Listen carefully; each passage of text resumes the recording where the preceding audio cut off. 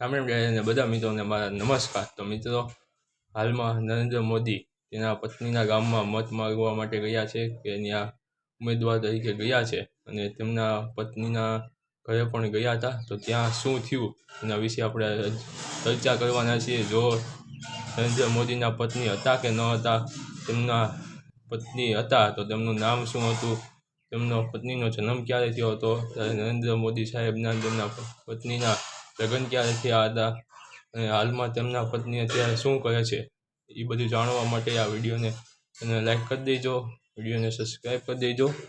તો આગળ આપણે વાત કરીએ કે આ છે નરેન્દ્ર મોદીના પત્ની, એટલે હાલમાં તો એના લગ્ન તો થઈ જ ગયા છે। ત્યારે પત્ની હોય ને તો તેમના પત્નીનું નામ જશોદાબેન મોદી છે અને તેમનો જન્મ લગભગ 1952માં થયો હતો। ત્યારબાદ હાલ અત્યારે તેના બેના છૂટાછેડા કે આપણે ડિવોર્સ થઈ ગયા છે નરેન્દ્ર મોદી અને તેમના પત્નીના। હાલમાં ત્યારે 1968ના રોજ તેમના લગ્ન થયા હતા ભારતીય પરંપરાગત રીતે વડનગરમાં। ત્યારબાદ કહેવાય ને કે 3 વર્ષ પછી તરત જ મોદી સાહેબે આપણે આ વડાપ્રધાન બનવાનું નક્કી કર્યું। ત્યારબાદ તેમની ધર્મપત્નીએ કાંઈ કીધું નહોતું, પણ એમણે પણ એમ કીધું હતું કે તમારી ભેગું હું પણ ઊભી રહું એમ। તો ત્યારબાદ 3-4 વર્ષ પછી કાંઈ પણ બેની વચ્ચે ઝઘડા વગર ડિવોર્સ થઈ ગયા છે અને લગભગ 1978માં આ જશોદાબેનને શિક્ષકની નોકરી મળી ગઈ હતી। ત્યારે હાલમાં તો તે રિટાયર થઈ ગયા છે અને એની ઉંમર લગભગ અત્યારે 70 વર્ષ જેવી ઉંમર છે।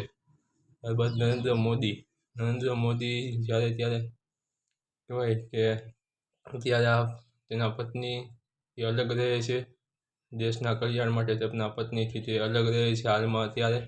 અને નરેન્દ્ર મોદીના લગ્ન તો થઈ ગયા જ હતા અને તેમના પત્નીનું નામ આ જશોદાબેન મોદી કહેવાય।